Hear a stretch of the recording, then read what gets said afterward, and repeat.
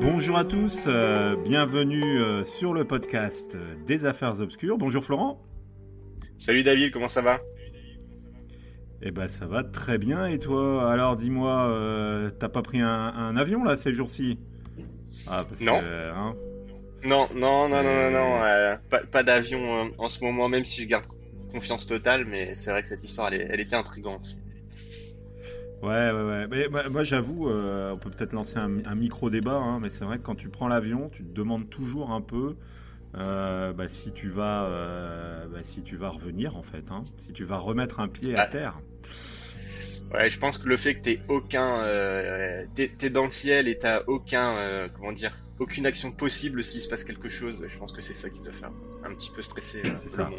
On, y- on- on imagine l'angoisse totale des personnes qui étaient dans ce vol, hein, et dans toutes les personnes qui vivent des incidents en avion. Ça doit être terrible, hein, Ouais, et je pense que même le effectivement, plus petit incident, tu dois pas mal stresser, alors ça j'imagine même pas là. Enfin, ouais, non, mais c'est clair que, et puis, enfin, surtout pour les proches, hein, on y pense peut-être plus, puisque c'était il y a 10 ans, mais c'est vrai que 10 ans après, il y a des personnes qui sont toujours sans réponse, en fait, à ce, à cet incident, suite à cet incident. Et donc ça, c'est quand même c'est terrible, ça. hein, C'est ça. Bah, on espère donc qu'on bon, pourra donner des petites updates pendant les prochains épisodes. En tout cas, moi, c'est une affaire que je continue de suivre de très près. Que j'aime vraiment bien avoir un petit peu les dernières nouvelles, les dernières recherches. On viendra donner des nouvelles. ouais. Bon, il n'y Alors a pas de aujourd'hui, souci. David. Alors aujourd'hui déjà, j'aimerais faire un petit point sur encore une fois le nombre important de personnes qui ont téléchargé ce podcast et qui est incroyable, hein, qui nous propulse à des niveaux déjà au Canada, hein, parce que alors on le précise pas assez, mais il y a des auditeurs du Canada et des auditeurs de France. C'est kiff kiff, hein. Exactement. Je sais pas si c'est On est une vraiment sur expression un que tu petit utilises au 50-50, hein. Canada. C'est ça, exactement. Non, non, pas vraiment, Comment on pas dit kiff vraiment. kiff? Comment on dit kiff kiff? Bah, C'est kiff kiff. j'en ai aucune idée. J'en ai aucune Bon, idée. t'as pas une Mais, expression. mais non, j'ai pas d'expression canadienne là-dessus, donc vous nous direz, hein, nos éditeurs canadiens, là, Ah, si ça une peut être expression drôle, pour ça, de ça, nous mais dire. Ouais. après quelques années ici, j'ai pas encore capté d'expression pour dire que c'est à peu près pareil là. Mais ouais, effectivement, on est à 50-50 à peu près si on doit comparer les deux, ce qui est super étonnant et c'est vraiment chouette. Donc merci à tous pour votre écoute, pour vos téléchargements, et puis pour les abonnements, parce que même le nombre d'abonnés au podcast grimpe, donc on est super content de vous proposer un contenu que vous appréciez, et puis nous ça nous fait plaisir chaque semaine de se voir pour enregistrer un épisode. Exactement. Donc un grand merci à tous. N'hésitez pas à en parler autour de vous et à refaire un peu de pub, parce que forcément on a envie que ce soit encore plus écouté. Et puis c'est toujours un petit challenge pour nous d'essayer de nous dépasser encore plus sur des histoires. N'hésitez Bah pas à c'est nous ça proposer des histoires, hein. ouais, c'est ça, parce que N'hésitez là pas. les sujets on en a, mais en même temps si vous il y a des sujets qui vous intéressent et qu'on n'aurait peut-être pas dans notre liste, eh ben ça nous ferait plaisir de les connaître. Bon, eh ben écoute, en tout cas, j'espère que l'appel aura été entendu par les auditeurs de ces deux pays. Et on n'oublie pas nos amis belges et nos amis Nos amis suisses qui belges, nous écoutent aussi, euh, on, hein, on a et aussi nos amis du des monde écoutes entier. depuis la Guadeloupe, hein. C'est ça, on a des écoutes de la Guadeloupe, j'ai vu qu'on avait quand même. Je pense qu'on a une petite trentaine de pays là, pas forcément francophones qui nous écoutent. Alors bon, j'imagine que ça doit être des Français qui sont réfugiés dans certains de ces pays qui nous écoutent, mais c'est ça, c'est vraiment cool de voir que ça prend un peu de l'ampleur. Tout à fait. Bon, bah écoute, c'est super en tout cas. Et donc, nous voilà déjà sur une nouvelle semaine avec un nouveau sujet. Et Pour un donc cette 8e semaine, épisode déjà. 8e épisode. Et donc, cette semaine, c'est à moi de vous proposer un sujet. Alors, Alors, je, je, alors, de quel sujet allons-nous parler? Vous le savez déjà, puisque c'est dans le titre du podcast, hein, donc il n'y a plus trop de... Il y a juste c'est du ça. suspense pour nous-mêmes, mais surtout pour Florent, du coup. Alors, cette semaine... Ouais, j'espère pas pour toi, quoi. Bah non, j'espère, parce que c'est vrai que sinon je serais un peu à l'arrache. Donc cette semaine, moi j'ai décidé de vous parler d'une affaire, d'une histoire qui en fait m'intrigue. Alors pourquoi elle m'intrigue ? Parce que pour moi, elle résonne comme quelque chose de directement faux. Pour moi, ça sonne faux d'emblée. Alors ça sonne pas faux, parce que quand je vais vous dire de quoi on parle, vous allez dire ben non, il y a eu un fait, mais tout au moins sur tout ce qui s'est passé ensuite et de tout l'abattage médiatique qui a été fait sur cette affaire. Et cette affaire, c'est l'affaire du meurtre d'Amityville. Oh. Amityville. Rien que le nom, tu vois, ça fait surgir des images, tu vois. Amityville. Bah oui. Et c'est vrai que dans l'imaginaire collectif, Amityville, c'est d'emblée pour les gens quelque chose de surnaturel. Hein. Ouais. Alors, on oublie que, et on va en parler du coup durant cette petite heure, on oublie que Amityville c'était surtout un meurtre en fait. Hein. Ouais. Et du coup, le meurtre et les conséquences de la médiatisation, c'est un peu de tout ça ce dont on va parler dans cet épisode. Toi déjà, Amityville, Florent, en dehors, on en parlera peut-être, mais en dehors de tout ce que ça a inspiré, parce que ça a inspiré de nombreux créateurs, hein, cinéastes, écrivains, etc. Toi, ça t'inspire quoi, ça, de prime abord, comme ça? Bah, je t'aurais dit que c'est une affaire obscure. Mais non, mais je suis d'accord avec toi que en dehors de tout ce qui a été fait après, comme tu dis, c'est d'abord l'histoire tragique d'un meurtre, quoi. Enfin, c'est quand même terrible. En fait, quand tu y penses, ce qui s'est passé après, et c'est tout aussi énorme. Mais c'est d'abord l'histoire de personnes qui sont assassinées. Du coup, il y a ça. Et puis, je pense que c'est une des... Je sais pas si c'est les films et compagnie qui font que c'est ultra connu, les reportages, mais j'ai l'impression qu'il y a une foule de sources là-dedans. Et si t'écoutes un documentaire ou tu lis une source, des fois t'as des choses qui sont pas forcément les mêmes. Donc je pense que discerner un peu le vrai du faux, de ce qui a été un petit peu grossi dans tout ça. Est-ce que d'ailleurs tout ça c'est pas quelque chose qui avait été fait pour attirer les médias et compagnie. Je pense que c'est une source d'un bel épisode. Ouais. Et écoute, figure-toi que c'est de ça dont on va parler. Je vais commencer, mais effectivement, c'est sous cet angle-là que j'avais envie de le prendre, parce que moi, Amityville, c'est un peu, ça m'évoquait un peu les histoires d'horreur des années 90, quoi, tu vois.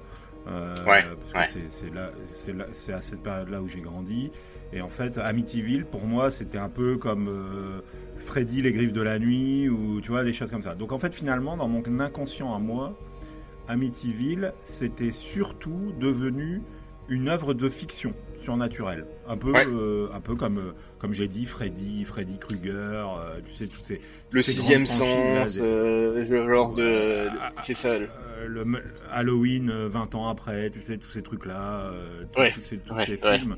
Tous ces films d'horreur qui ont inspiré du coup l'imaginaire collectif. Et donc, Amityville, si on en revient et si on rentre à présent dans le vif du sujet, Amityville, comme je l'ai dit, c'est d'abord un meurtre. Je crois que j'ai vu un film.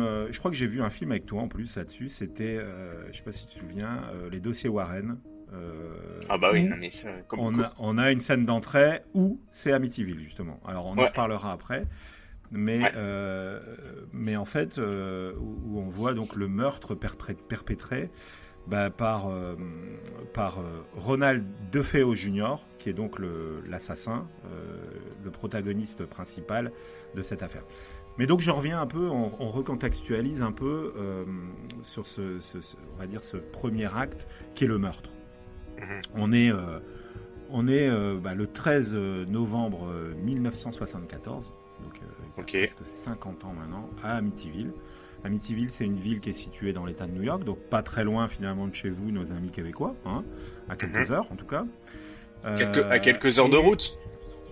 Oui, c'est ça que je veux dire, à quelques heures de route, hein, tout à fait. Hein. Pas à quelques... Bah, quoi, 1 heure d'avion, peut-être? Alors, écoute, je suis jamais allé à New York en avion, mais en voiture, à chaque fois, ça prend à peu près une bonne demi-journée d'y aller, mais en avion, ouais, ça doit être une heure ou deux, j'imagine. Ça dépend où tu dois atterrir aussi, mais ouais. Bon, donc toujours est-il que cette famille, donc elle vit dans cette petite ville, Amityville. Ils sont 6, hein, donc la famille DeFeo et DeFeo. Alors j'espère que je ne me trompe pas sur la prononciation, mais je vais dire DeFeo. Ouais, DeFeo. DeFeo vit donc à 6 membres dans cette petite maison. Alors la petite maison, je pense que c'est ce qui est de plus connu dans l'histoire en fait. Hein. On dirait qu'elle te regarde cette maison. Cette maison, elle a un truc incroyable. Elle a un air diabolique, c'est vrai. Ouais, il y a des maisons comme ça. Hein. Tout à fait. Et donc on a Ronald DeFeo Jr. Qui lui il est, je pense, l'aîné, à 23 ans, et il va perpétrer du coup le meurtre de toute sa famille. Il va tuer toute sa famille. Alors comment ça se passe? C'est assez terrible. Alors sur le meurtre, en fait, on en revient un peu sur l'historique. La famille, elle emménage en 1965, donc 10 ans auparavant. Elle achète cette maison en 1965, et donc le papa Ronald DeFeo Senior, hein, du coup, puisqu'il a le même nom que son fils assassin. Mm-hmm. Il est directeur général de la Brigante Carl Buick concession à Brooklyn. Alors je ne sais pas ce que c'est. J'imagine que c'est peut-être un concessionnaire ou quelque chose. Ouais, c'est ça, un concessionnaire Buick. C'est ça, un concessionnaire. Ouais, c'est ça. Et il est marié à Louise Brigante, et ils ont donc 5 enfants. Donc Ronald Jr., Dawn qui a 18 ans au moment des faits, Allison qui a 13 ans, Mark qui a 12 ans et John qui a 9 ans au moment des faits. Et donc ce fameux mercredi 13 novembre 1974, alors ça aussi c'est incroyable dans notre inconscient collectif, mais je ne sais pas si tu as déjà entendu, mais pour moi le 13 novembre, il y a toujours eu une signification un petit peu... je ne sais pas si tu as déjà entendu que cette date elle était un peu particulière. Alors non, ça me dit rien du tout. Ça te dit rien? Bon, eh ben, écoute, moi en tout cas, ça résonne en moi qu'il y a souvent eu des vendredis 13 novembre. Ouais. Et en fait, il y a quelque chose d'un peu mystique dans l'inconscient sur cette date. Mais bon, bref, c'est pas ça le plus important. Il est 3h15 du matin, ce petit matin-là, et on a donc Ronald DeFeo Jr. qui va prendre un fusil calibre 357 Magnum. On parle aussi d'un Marlin 35. Pour les connaisseurs d'armes à feu, moi j'y connais rien du tout, mais en tout cas peut-être que ça évoque autre chose pour ceux qui s'y connaissent. Et donc Ronald DeFeo, il va assassiner son père, sa mère, ses 2 frères et ses 2 sœurs pendant qu'ils dorment, et chacun dans leur lit respectif. C'est horrible, ouais. T'imagines? C'est tout à fait horrible. Ce qui est bizarre, alors donc on retrouve petit détail qui a son importance, on retrouve que chaque corps en fait est face contre le lit en fait. Hein. Ils sont tous sur le ventre, face contre le lit. Donc c'est un détail qui intrigue, et surtout que en fait aucun voisin n'entend quoi que ce soit comme coup de feu, alors qu'on parle bien d'un assassinat là de 6 personnes. Ouais. Donc, après les voisins ils sont proches, parce que c'est une maison individuelle. Assez proche. C'est une maison individuelle. C'est une maison individuelle, mais il y a des voisins proches. Il y a des voisins proches. C'est pas complètement isolé. Et donc le 14 novembre 1974, donc le lendemain, à 18h35, la police va recevoir un appel téléphonique d'un certain Joey Yeswit, qui va prévenir la police en fait qu'il y a un jeune homme qui est passé dans son bar pour dire en fait qu'il avait tué toute sa famille. Putain, mais t'imagines, t'es en train de siroter un petit whisky comme ça, et puis t'as un gars qui rentre dans le bar et qui dit qu'il est... Alors, je fais un petit rectificatif. Ouais. Il affirme pas qu'il a tué toute sa famille, il affirme que sa famille a été tuée. Donc il dit pas encore c'est moi qui ai tué, mais il dit il faut que vous appeliez la police, toute ma famille a été tuée. Ok. Donc Ronald DeFeo Jr. Va avec Joey Yaswit, il se rend dans la maison et en fait Joey Yaswit effectivement il découvre les cadavres de toute la famille et du coup la police est appelée et constate le meurtre effectif suite au dire du fils de la famille de toute la famille DeFeo. Voilà. Donc suite à ça forcément comme on l'imagine les accusations se portent sur Ronald DeFeo Jr.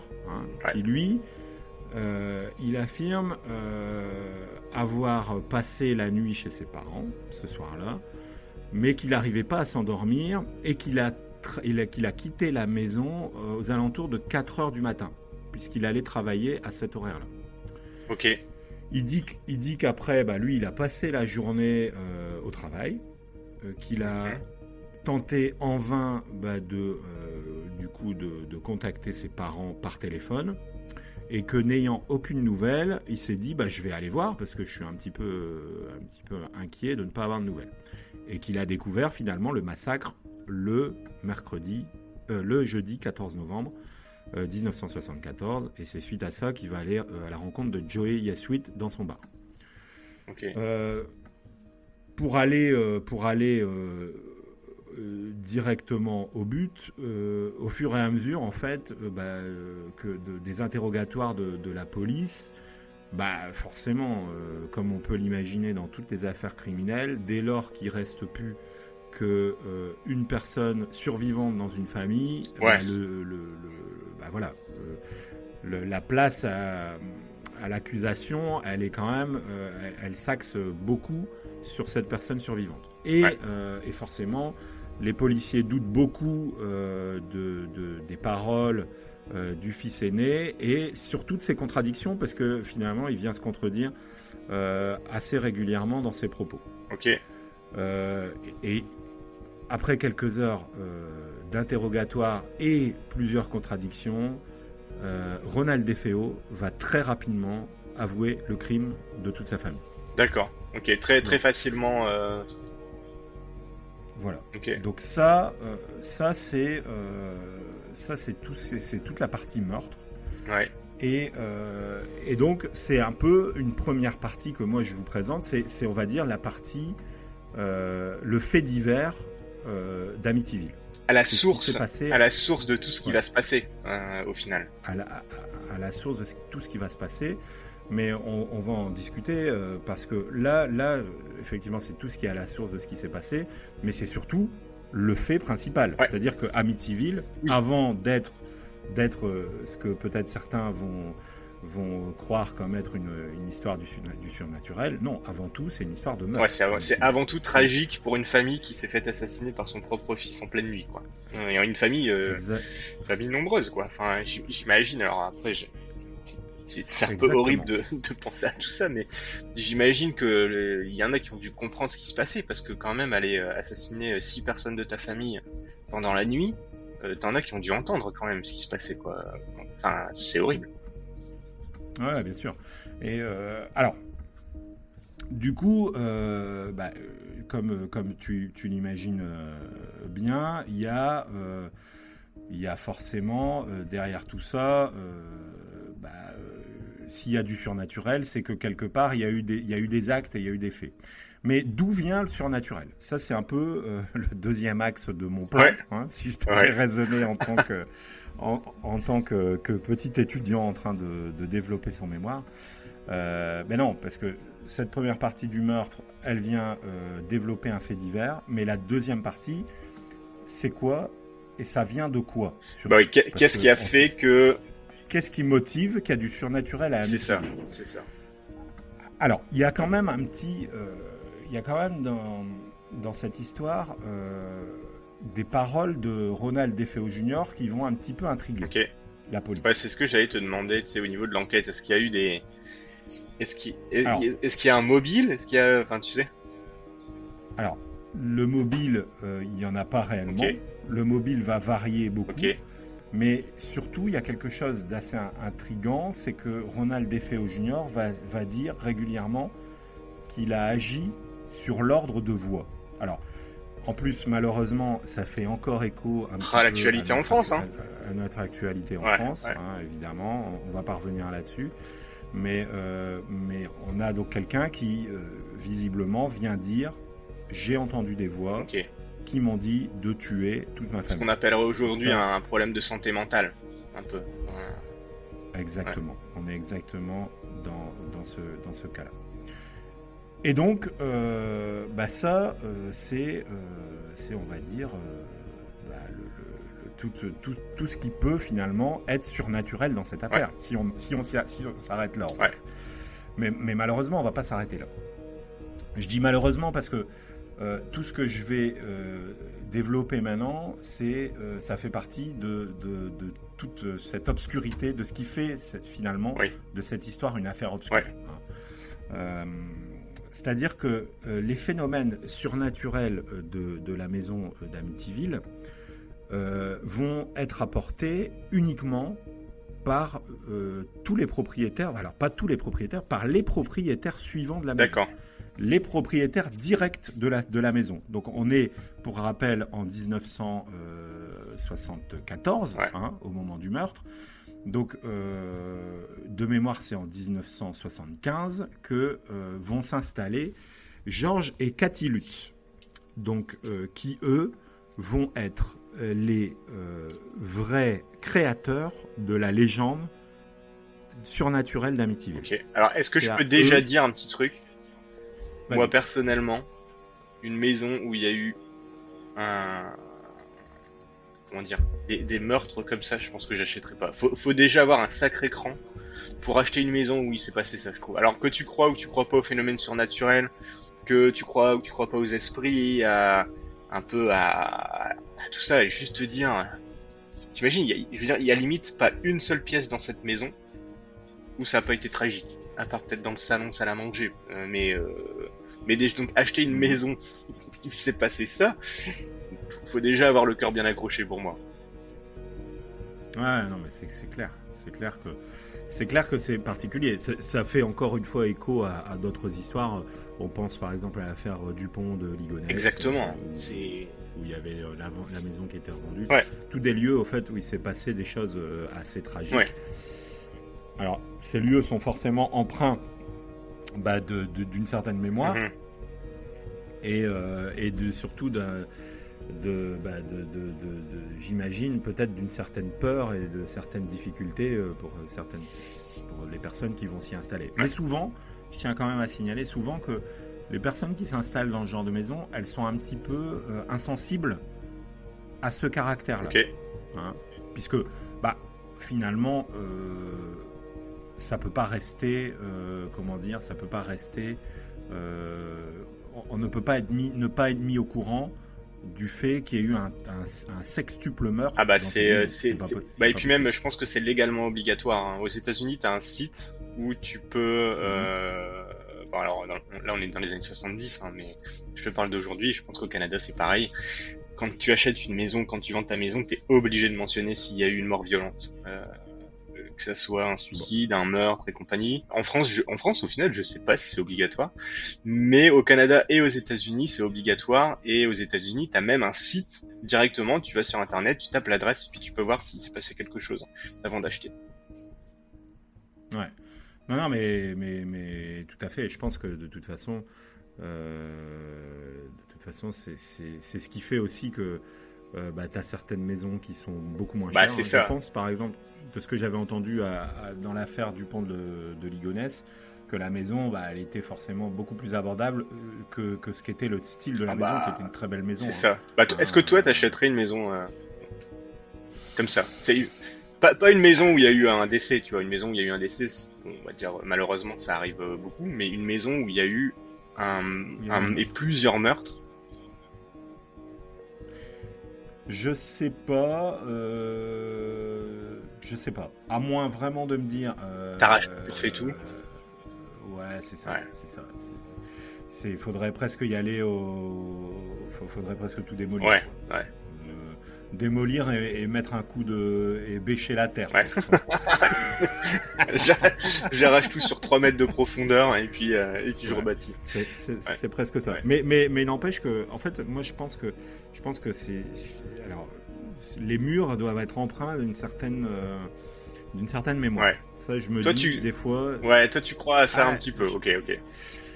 D'une certaine énergie tout au Ouais. moins, tu sais, Je comprends. sur ce qui est sur des meurtres un peu violents comme ça. Bon, bref, c'est pas le débat, mais c'est vrai que c'est intéressant à savoir si on achèterait une maison ou alors vivre dans un lieu où il se passe des choses terribles.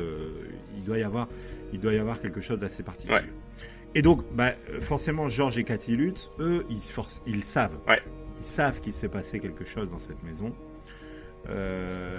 Et c'est eux qui vont créer cette légende. Alors, ils vont la créer comment ? Et ça va être le moment un peu de répertorier tout ce qui s'est passé dans cette maison. Parce que c'est ça qui est intéressant. Hein, au-delà de l'aspect, on revient un peu, si on résume, il y a eu les meurtres et il y a Ronald DeFeo qui a dit « J'ai entendu une voix qui m'a dit de tuer. Les propriétaires suivants vont dans la maison et eux vont vivre des choses particulières. » Et donc on en revient à cet emménagement donc de la famille Lutz, donc de Georges et Cathy Lutz, qui quand même pour qu'on imagine un peu les difficultés qu'ils vont rencontrer dans cette maison, il faut s'imaginer qu'ils vont ils vont emménager et ils vont rester seulement 28 jours dans la maison. En fait, donc c'est que forcément il doit se passer des choses dans cette maison.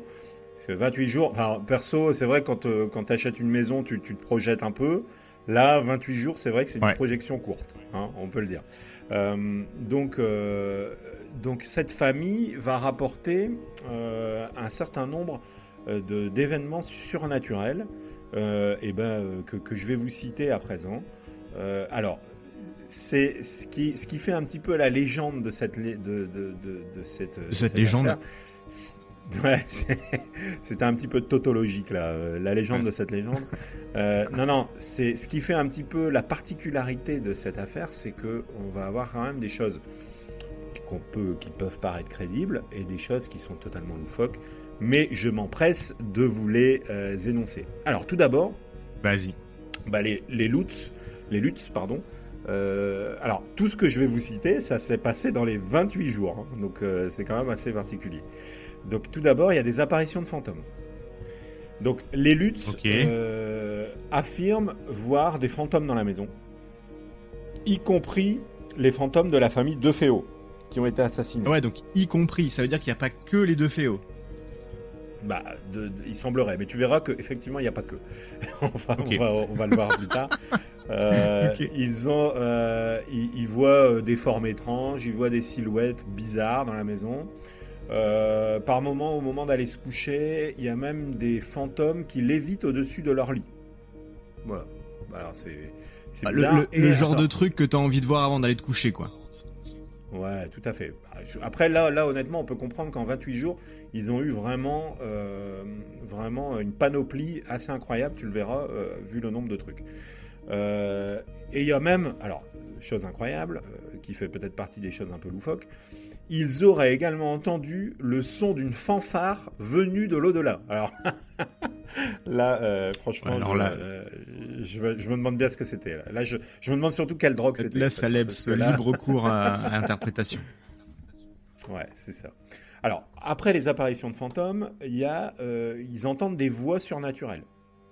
Il semble que dans la maison, de temps à autre, il y a des murmures et des chuchotements, mais aussi, alors déjà des murmures et des chuchotements, c'est assez flippant, mais il y a aussi des cris et des hurlements. Donc c'est tout aussi flippant, et l'un comme l'autre. Ouais, là c'est encore plus flippant. Ouais.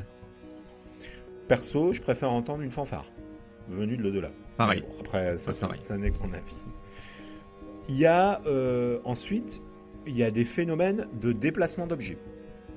Le couple Lutz rapporte que y a des objets qui se déplacent dans leur maison sans qu'il y ait forcément d'explication. Classique dans tout ce qui est histoire surnaturelle. Pour l'instant, on est sur des choses, somme toute, assez classiques. J'irais même jusque dire banal. Ouais, presque banal. C'est vrai qu'on vit ça tous les jours, chacun chez nous. Exactement. Alors, il y a, en plus, on continue cette lente litanie de surnaturel. Il y a aussi des odeurs étranges dans la maison.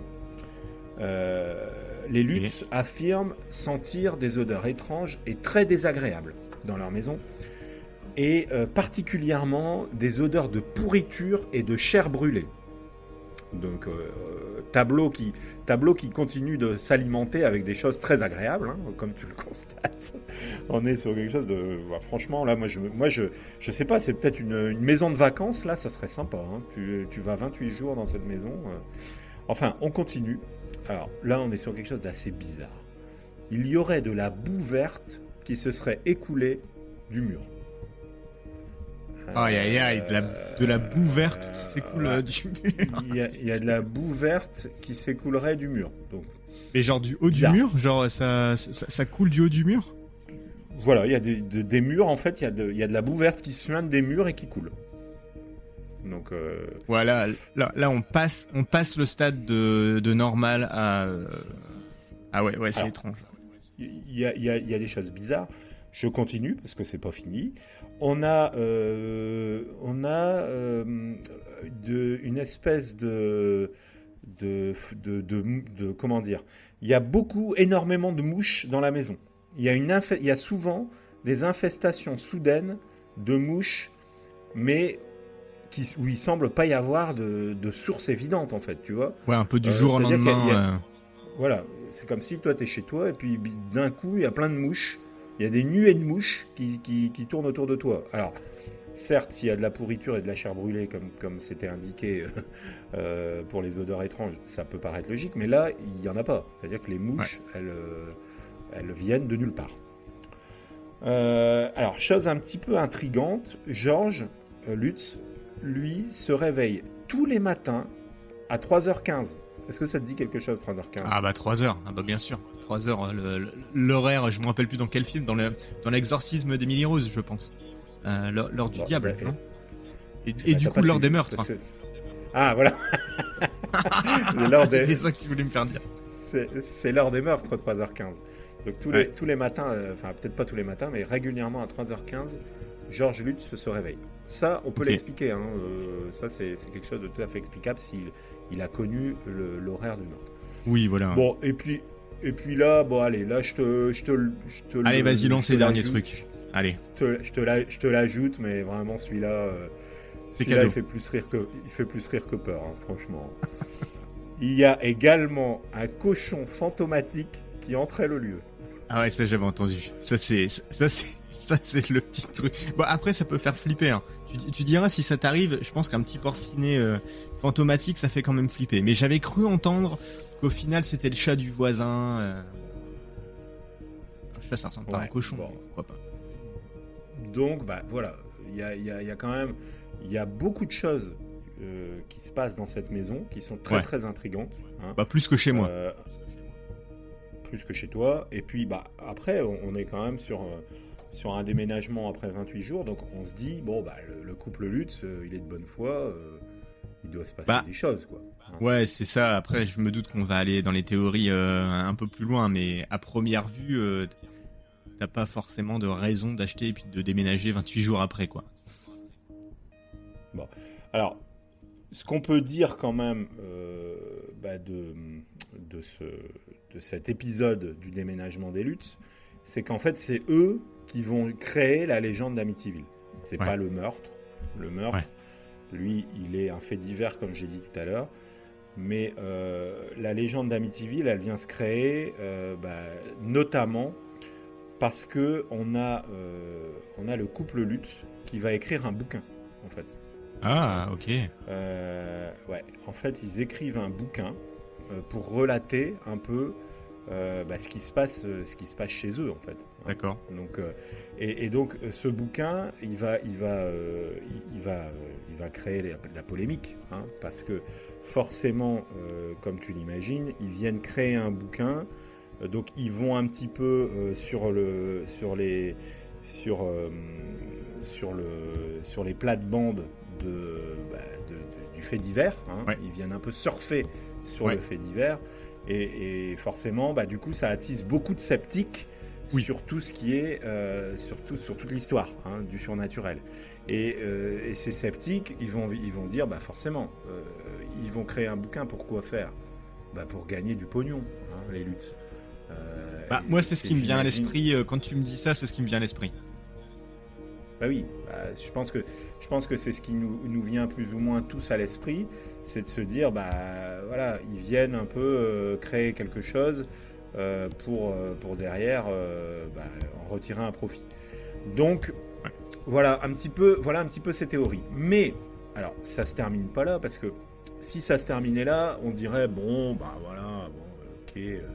Donc après, forcément, je tiens quand même à signaler une chose, c'est que il y a d'autres personnes sont arrivées régulièrement et ont vécu dans la maison, et surtout depuis les années 70.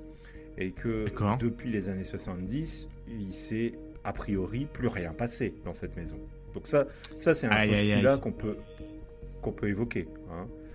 Ça, c'est un gros indice. Ça, c'est un gros indice.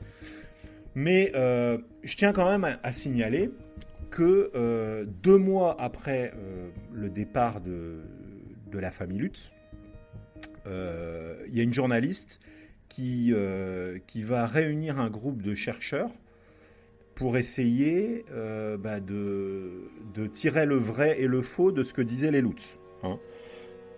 Donc, ils viennent un peu avec une équipe et ils viennent passer une nuit dans cette maison qui serait soi-disant hantée pour essayer d'y constater tous les phénomènes qu'ont vécu les Lutz.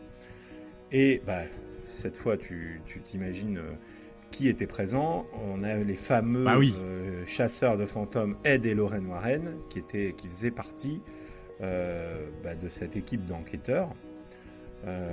Et eux, qu'est-ce qu'ils en ont pensé, Ed et Lorraine Warren ? Alors, Lorraine Warren, elle a tout de suite senti un truc, je crois, quand elle est rentrée. Ouais, tout à fait. Elle vient dire qu'elle décrit comme un sentiment accablant d'horrible dépression dans cette maison. Alors, moi, si je devais un petit peu pas gay, quoi. faire un commentaire sur cette phrase, c'est pas gay, mais après, en même temps, moi, tu me fais visiter une maison où il y a eu un meurtre, elle le savait qu'il y avait un meurtre, je dirais pas, j'ai un sentiment de grande joie quand je rentre dans cette maison. Bon, après, ça n'est que mon avis. Et puis, tu regardes la maison de l'extérieur, elle est, comment dire, elle est traditionnelle, quoi. Tu sais, c'est pas une maison traditionnelle qui fait un peu flipper de l'extérieur. On dirait qu'elle te regarde avec les 2 fenêtres en haut, on dirait des yeux un peu, mais outre ça, parce que ça, je pense que ça vient de l'histoire qu'on connaît. C'est sûr que c'est pas une maison qui fait ultra. Alors pour les années 70, je sais pas en fait. Et ça fait pas ultra gay, ultra moderne. Non, mais alors. Parce que c'est pas fini en fait, si tu veux, cette légende d'Amityville, elle s'alimente à chaque fois de détails. Comme j'ai pu te le dire, donc il y a eu un meurtre, un fait divers, ça c'est la première étape. Il y a eu le récit de la famille Lutz, ça c'est la deuxième étape, avec des événements surnaturels qui n'ont pas été vérifiés par des tiers. Et la troisième étape, c'est un peu cette équipe qui vient faire une enquête dans la maison, donc juste après le départ et le déménagement des Lutz. Et on a quand même quelque chose qui vient révéler et qui vient encore alimenter la légende d'Amityville. Et là, pour le coup, moi, si je te dis Amityville, tu vas me dire, ouais, la maison, avec, on a l'impression qu'elle nous regarde, etc. Mais je sais pas si tu te souviens, Amityville, il y a aussi quelque chose d'autre. Et ça fait partie de ce que je vais vous dire maintenant. En fait, l'équipe, elle va prendre des photos dans toute la maison. Le petit garçon. Notamment, voilà, il y a le petit garçon. Et donc notamment, ils vont faire des photos à l'étage, qui vont pas révéler grand-chose finalement, hormis une photo qui va être prise où il y aura le visage de ce qui semble être un garçon avec des yeux blancs qui regarde alors... depuis une des chambres. Donc, je pense que C'est un cette peu photo, comme un là, on lapin peut qui est pris dans les phares d'une voiture. Voilà, c'est ça. Tout à fait. En fait, je pense que cette photo, d'ailleurs, on peut la retrouver maintenant. En fait, effectivement, on voit un enfant, on voit une forme avec des yeux blancs. En fait, voilà, comme quand on se prend une photo et qu'on est très photogénique, hein. On a un regard tout à fait qui caractérise le vide absolu.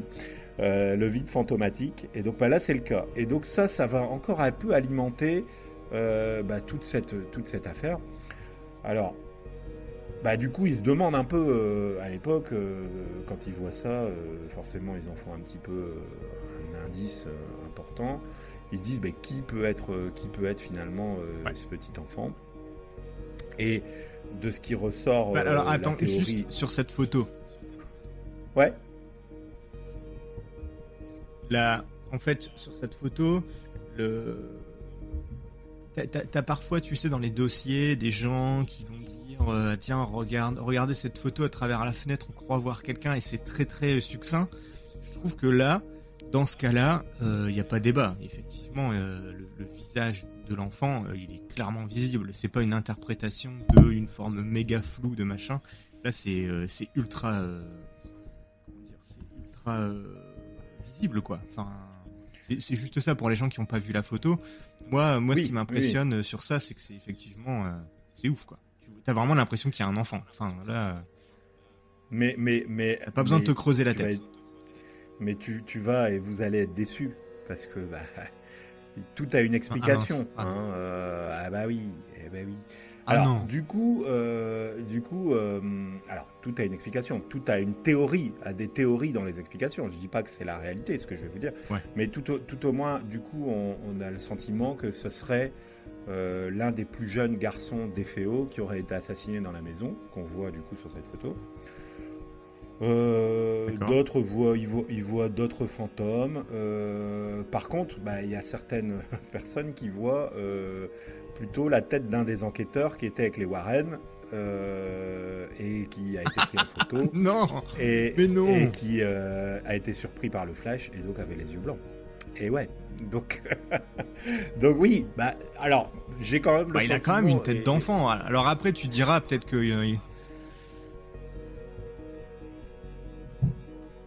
Peut-être qu'il était juvénile, c'est qu'il avait une tête très juvénile, quoi, c'est ça que je veux dire.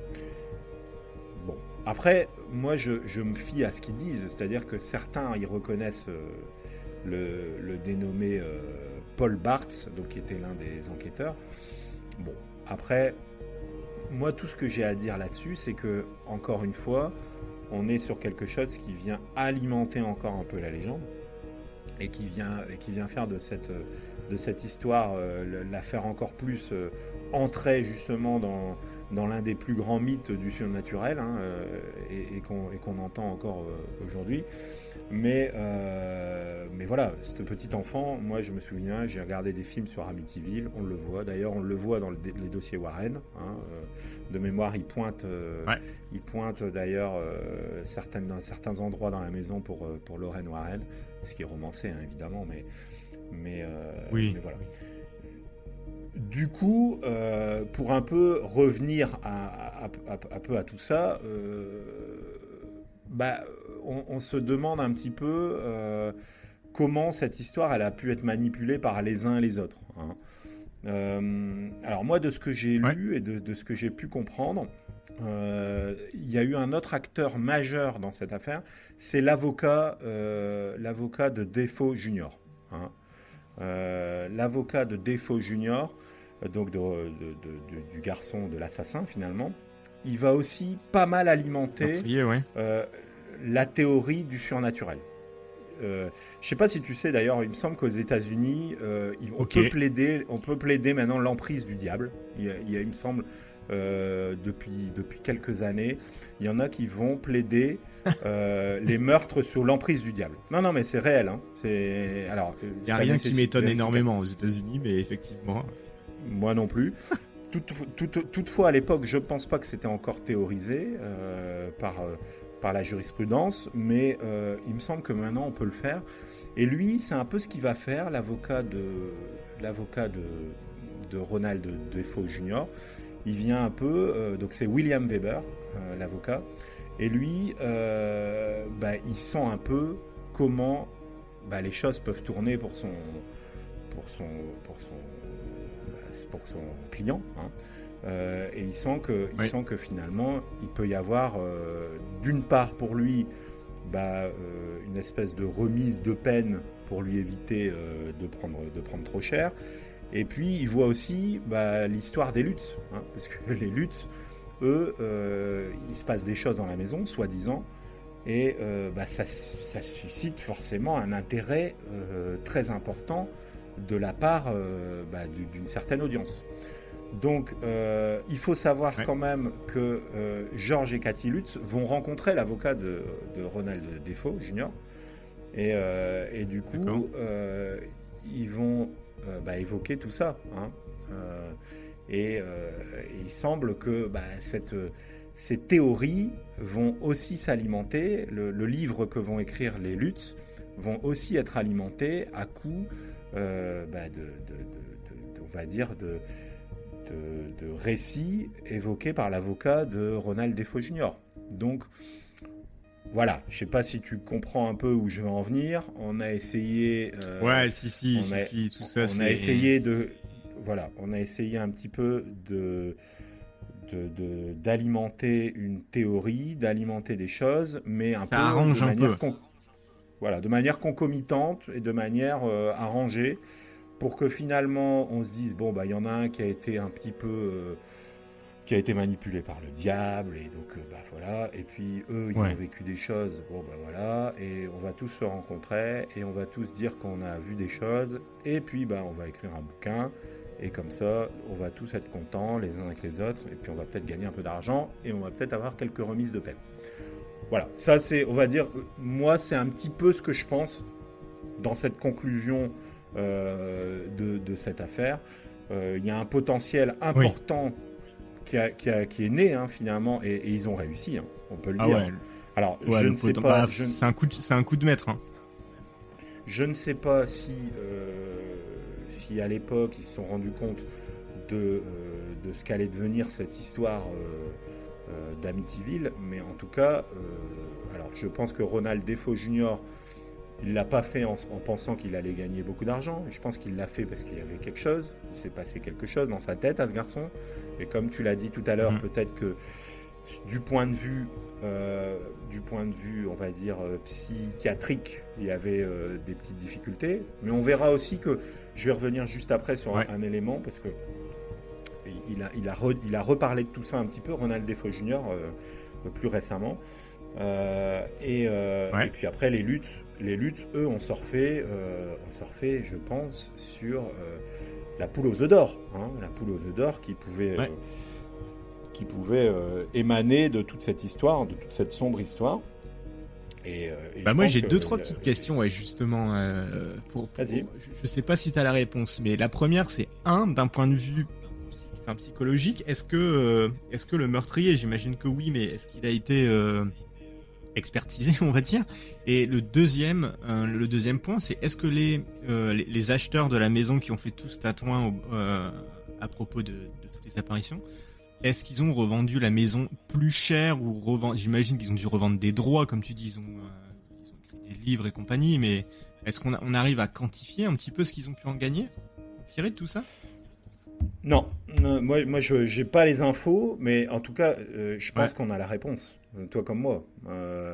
Parce que derrière, il y a quand même 11 films qui ont été tournés sur l'histoire d'Amityville.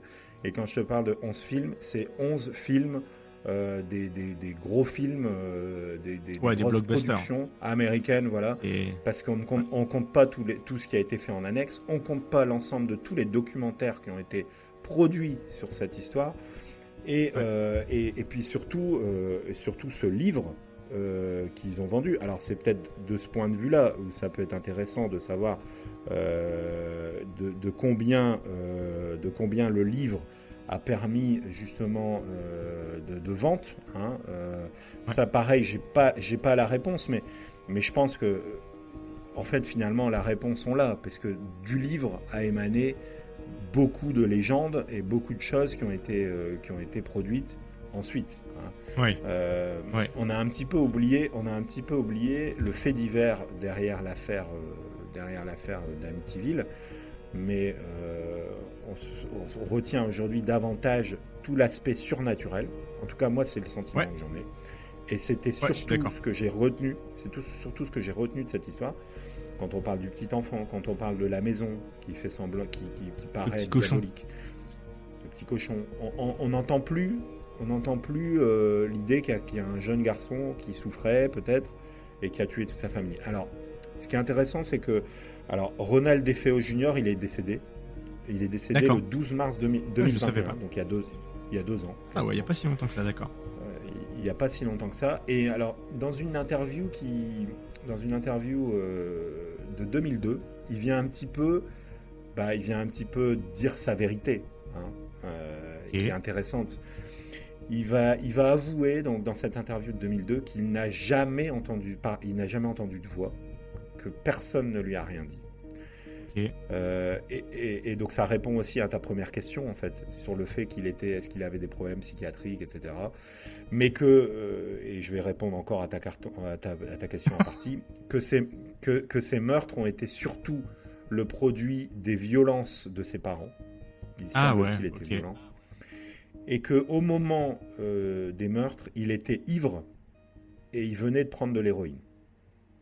Donc, d'accord. Voilà, on a un garçon, je pense, qui était un petit peu paumé et qui, face à, je pense, ce qui sans doute imaginé comme une injustice, hein, parce que l'objectif c'est quand même personne ne doit tuer ses parents pour quoi que ce soit d'ailleurs. Hein. Je veux dire, là, il a dépassé les limites et je pense que du point de vue psychiatrique, il y avait quand même des petites choses à régler. Mais et ça peut s'expliquer par une enfance qui a peut-être été un peu compliquée et puis après la prise de substances qui ont altéré un peu son. Donc il a la réalité, quoi. Ouais, exactement. Il a un petit peu dérivé dans les stupéfiants et dans l'alcool, et c'est ça, je pense c'est là où il a commis l'irréparable. D'ailleurs, encore une fois, pour reparler un peu de ce point de vue psychiatrique, il a quand même, pour rappel, si on remonte un peu à l'histoire dont j'ai évoqué tout à l'heure, le récit. Il a été voir quelqu'un pour dire qu'il avait tué. Donc c'est quand même qu'il n'avait pas tué, mais il a été voir dire que sa famille a été tuée. Ce qui est quand même pas anodin comme geste. C'est-à-dire qu'il s'est rendu compte, il a pris conscience qu'il avait fait quelque chose de terrible. Hein, et il a été signalé ça pour que... Voilà. C'est ça, si tu as vraiment un problème psychologique et compagnie, tu n'es plus forcément en mesure de... T'as vraiment une altération de la réalité, donc t'es pas vraiment en mesure de savoir si c'est bien ou c'est mal et compagnie, alors que là il avait quand même la capacité de se dire oups, en gros j'ai fait une connerie, je vais essayer de le maquiller un peu, sauf que bon, il a tout de suite avoué, quoi. C'est ça, tout à fait. Donc voilà, on a cette histoire qui a alimenté beaucoup de choses. Moi alors pour qu'on en discute un petit peu, moi ce qui m'a intéressé dans cette histoire, elle m'intéresse pas du tout en fait au final. Pas au final, mais au préalable, cette histoire. Elle m'intéresse pas du tout parce que, justement, comme je te l'ai dit et comme je l'ai répété à plusieurs reprises dans ce podcast, elle évoque trop des choses qui ont été romancées, qui ont été amplifiées, parce que y a beaucoup de choses, voilà, quand il y a des histoires de fantômes, on a tendance à amplifier pour le commerce. C'est un peu comme un gâteau à étage. Il y a des faits à la base et puis petit à petit, ils viennent amplifier, ajouter des trucs encore au-dessus et au-dessus et au-dessus, quoi. C'est ça, tout à fait. Et ça m'a intéressé de m'y replonger parce que, au final, on se rend compte que cette affaire obscure, elle s'éclaircit quand même avec le temps, tu vois.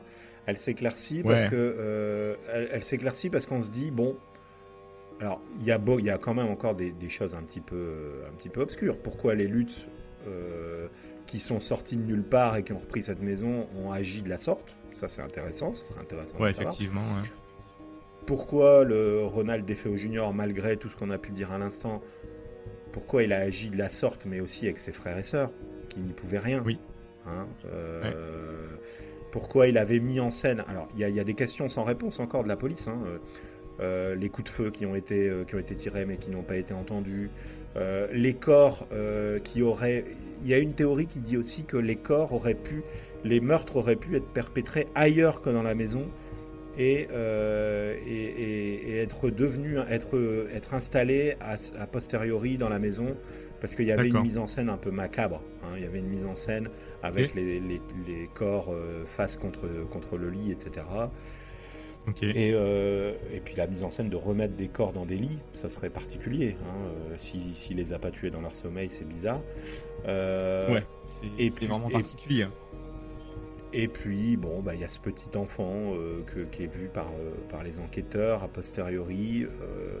Est-ce que c'était un petit enfant? C'est la seule preuve matérielle. C'est un peu la seule preuve matérielle au final qui est folle. Parce que moi, je trouve que cette photo, encore une fois, franchement, pour le coup, t'as pas besoin de creuser bien fort pour voir une tête d'un enfant. Alors toi, tu me dis que c'est peut-être la photo de Paul Barthes. Alors j'ai cherché, j'arrive pas à voir sa tête, à quoi il ressemble, donc je vais continuer de chercher après, mais il a vraiment une tête juvénile, quoi. Si c'est un adulte... on est d'accord. On est d'accord. Quand on regarde la photo, on peut prétendre au fait que ce soit un enfant, clairement. Dans tous les cas, elle fait flipper la photo. Que ce soit Paul Barthes ou pas, c'est réussi, ça fait un peu flipper.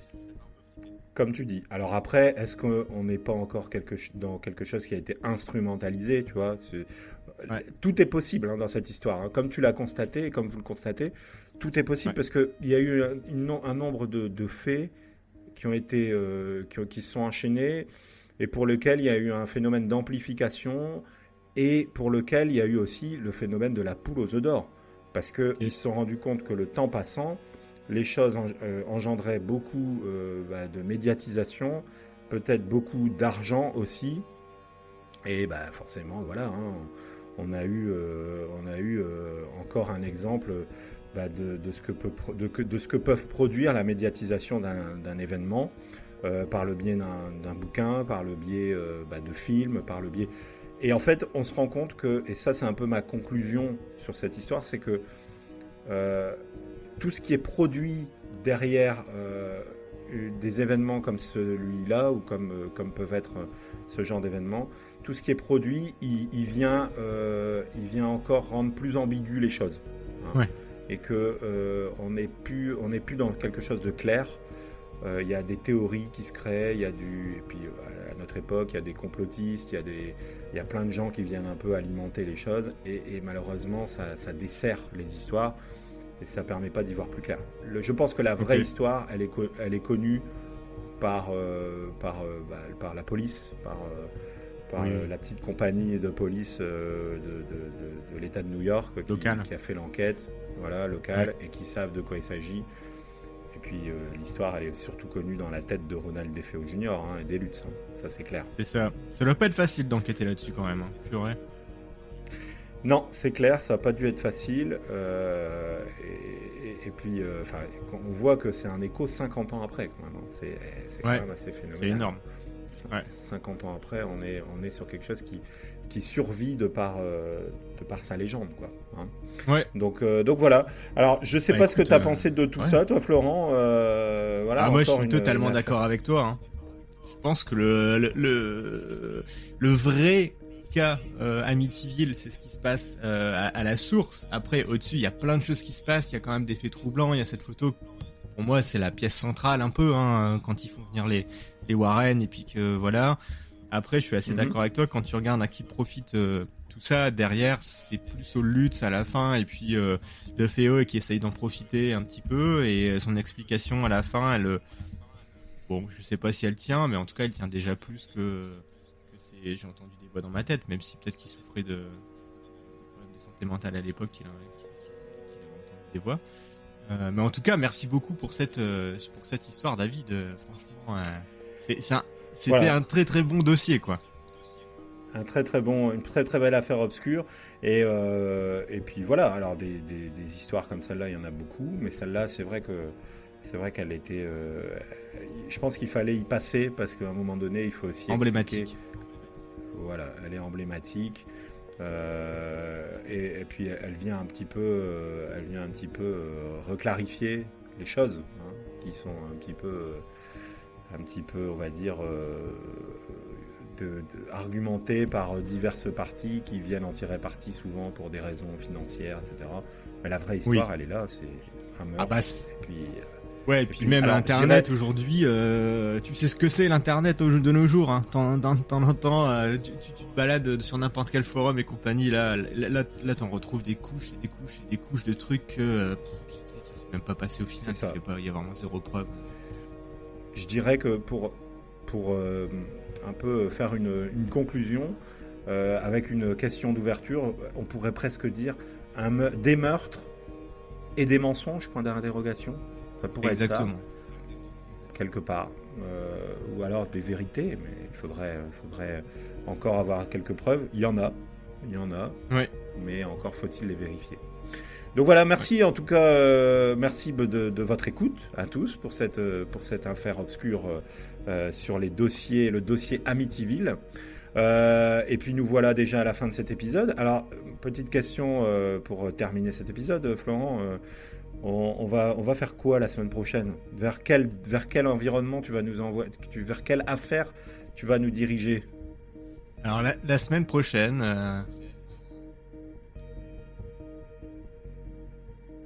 Alors c'est un gros hasard et je t'avoue que quand tu m'as dit que le dossier se passait à New York, et c'était à propos d'une maison et compagnie, là j'ai un peu flippé parce que j'ai préparé quelque chose pour la semaine prochaine qui se passe également, en tout cas tout proche de l'État de New York, dans l'État du New Jersey, et qui se passe à propos d'une maison. En gros, on va parler de l'histoire vraie derrière une série Netflix qui a cartonné en 2022.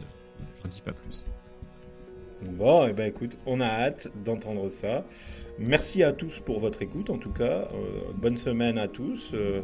En espérant que vous nous suiviez tous sur nos réseaux. Tu peux nous rappeler peut-être les réseaux, Florent, du coup ?